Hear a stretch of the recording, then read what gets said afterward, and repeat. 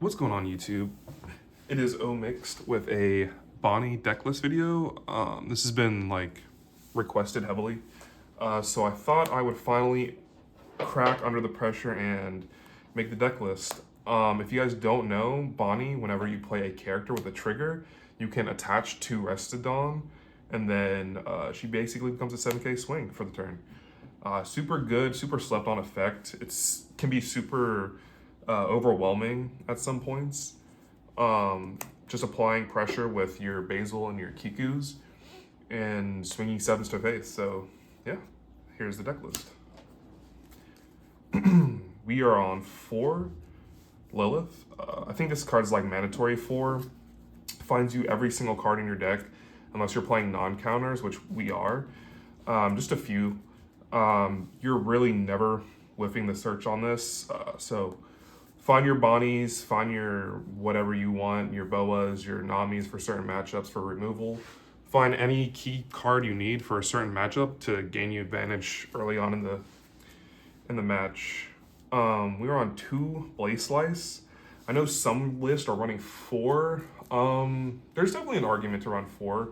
I think specifically into Emu, you can rest the Workery or any of their Weenie Hut blockers that they may tech in, like St. Charlos or whatever else they might be scheming up for some chump blockers. I know that Ace is now running the Vista, the 1-cost Vista blocker, so super good if they're like getting super greedy, sitting on 0 life, and then they swing the Newgate.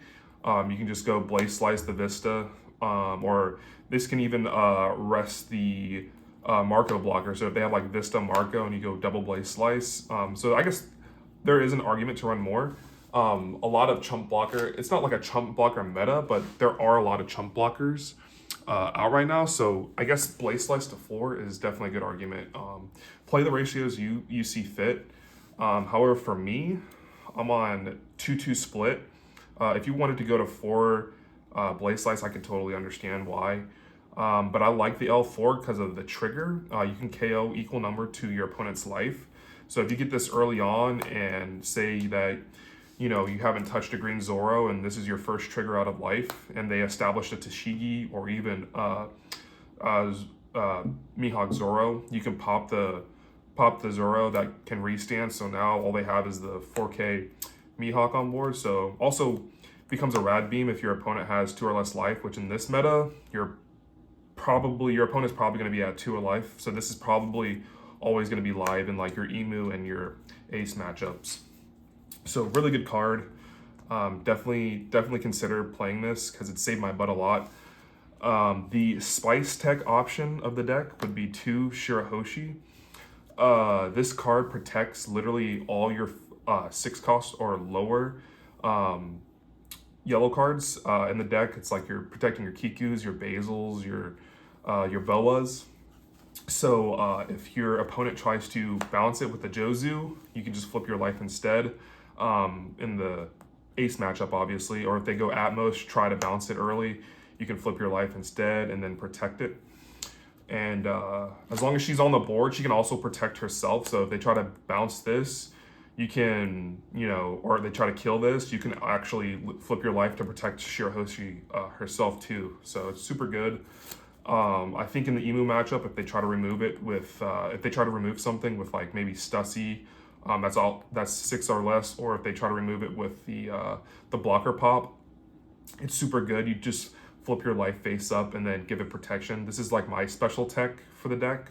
I kind of want to bump it up more just because it's so good into Emu. If you get it on your 2-Don turn, like say this is your first play of the game, just playing out Shirahoshi, you're not swinging.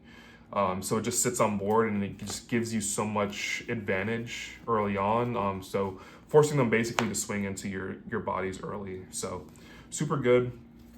Next card we're on 4 of is 4 Otama. This card says that you can take one of your top life active main and then give something plus 3,000. So if your life is flipped up off of one of your effects, like your S-Snake or your Shirahoshi, you can make your protection live again with Otama while bumping something up. So this could potentially be a pseudo blocker. They swing into it because they don't want you to get free value off your effects.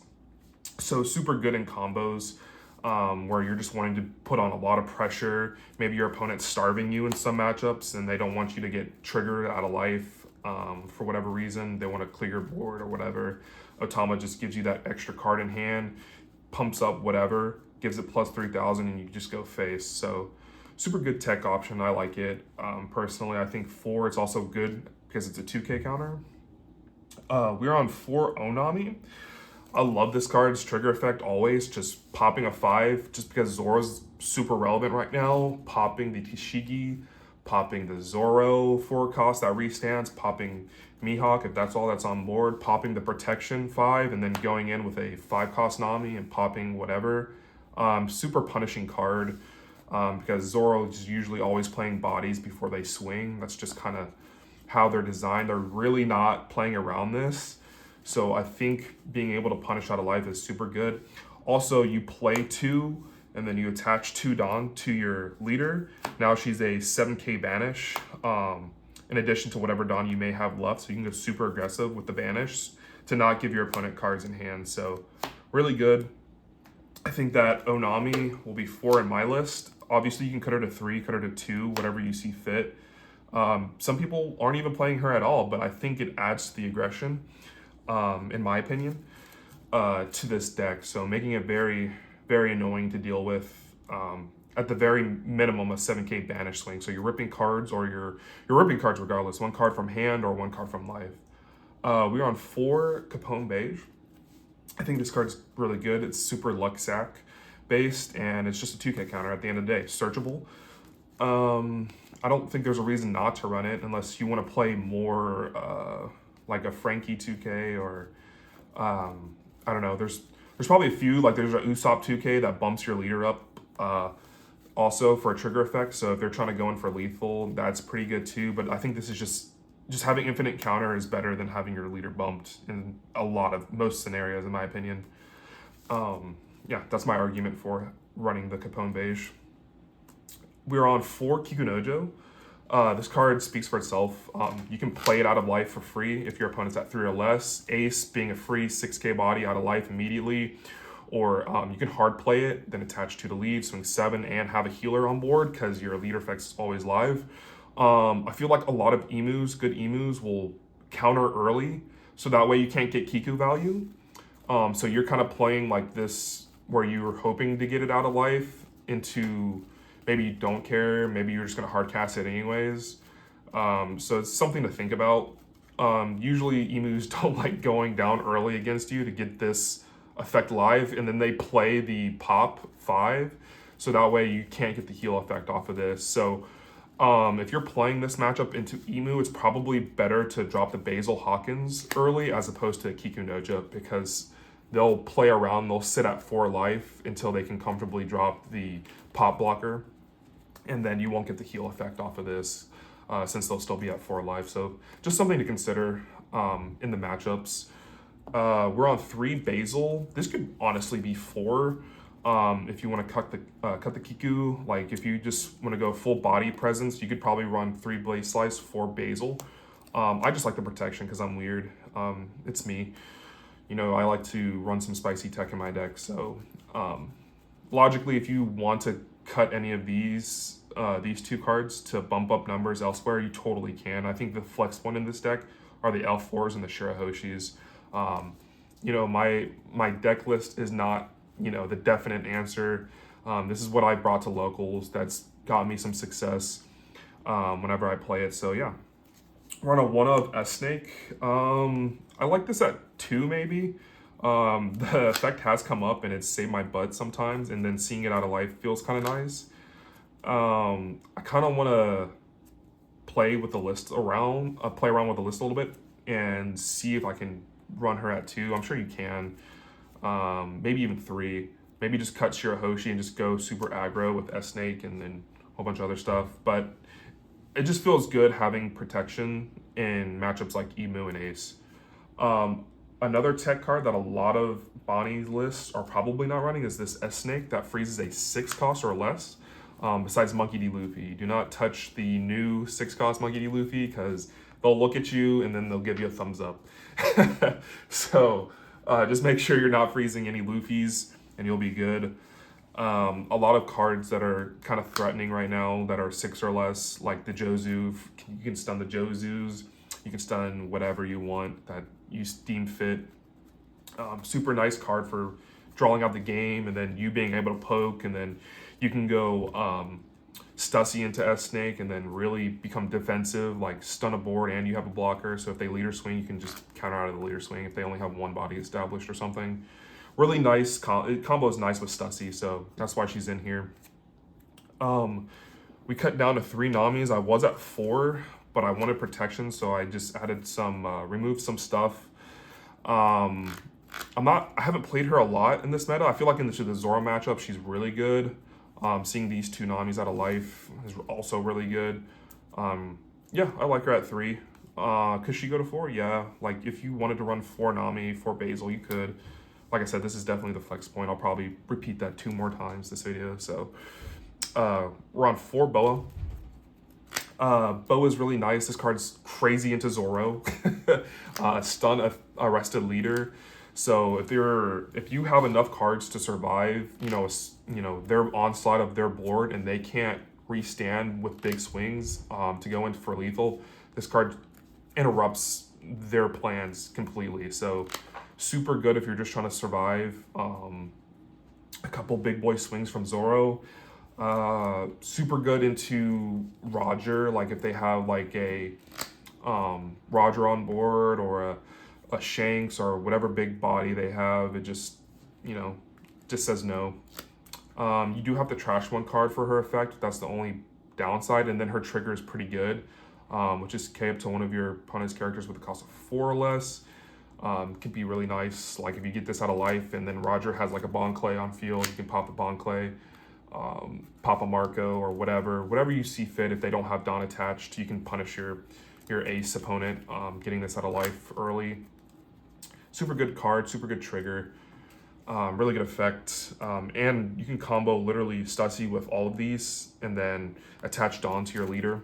Stussy says you can play a 5 cost or less card with the trigger, and then she's also a blocker. So you get a blocker, you get to go wide and use your Bonney effect to attach to Dawn. Super good on odd Dawn curve. Like you can go Stussy into S-Snake, and then if you have another Boa or something that pops, freezes, or whatever, like you're just stopping your opponent from playing the game and becoming a wall, being super defensive. Love Stussy, mandatory 4 of. I don't think I'll ever play less of her. We're on 4 Jewelry Bonney. This card art is insane for you fiends, but she's super good. Love her at 4. This card literally wins games. Your opponent adds a card to hand, and then you can swing big number if you can punish them correctly. Love her. She also gains rush, also a trigger, and then the trigger can also save your butt if they have like a blocker, and then you get her out of life and you have enough cards on field to go in to swing for lethal. Super good trigger effect as well. And then finally, we're on 2 0 cost event. You're the one who should disappear. Yeah, I like it at 2. You could probably go to 3. I don't think you need to. You do run a lot of non-counters like the Stussy and the Bonney. And then obviously if you don't have any Dawn up, these become bricks as well. So I don't think there's too many bricks, and the Kiku, of course. This list feels really, really nice. Only one of, which honestly can be a flex spot as well if you don't like the S-Snake. I do. I'm weird. I think this deck has a hard matchup into Ace. I think you just have to be super, super aggressive and see everything you need to see in order to combat the Ace, and then going second maybe helps a little bit, taking them off their comfortable curve. Excuse me. But other than that, I think I love the Emu matchup. I love the Roger matchup just because of the early aggression with the Onamis, and then popping like their Odin blockers if they try to go defensive, or popping the Bon Clay. So we have the removal, we have the stun for the early game, and then we kind of just survive late game, hopefully getting them to take their life with the Julie Bronny on curve, and combating their big bodies with our big bodies. Honestly, like I said, the flex spots, sure Hoshi if you don't like the protection. If you just want to go super aggro, you could just bump up these numbers like 4 Basil, 2 S-Hawk, or 4 S-Hawk, or I'm sorry, S-Snake. And yeah, let me know what you guys think in the comments. I think this is the list that I'll be running for locals until the end of set 13. We're currently in Miami. Got some sauce cooked up from Miami, not Bonney. Unfortunately, we might have joined the dark side for the Miami regional. Yeah, I hope you guys have a wonderful weekend and enjoy this deck list.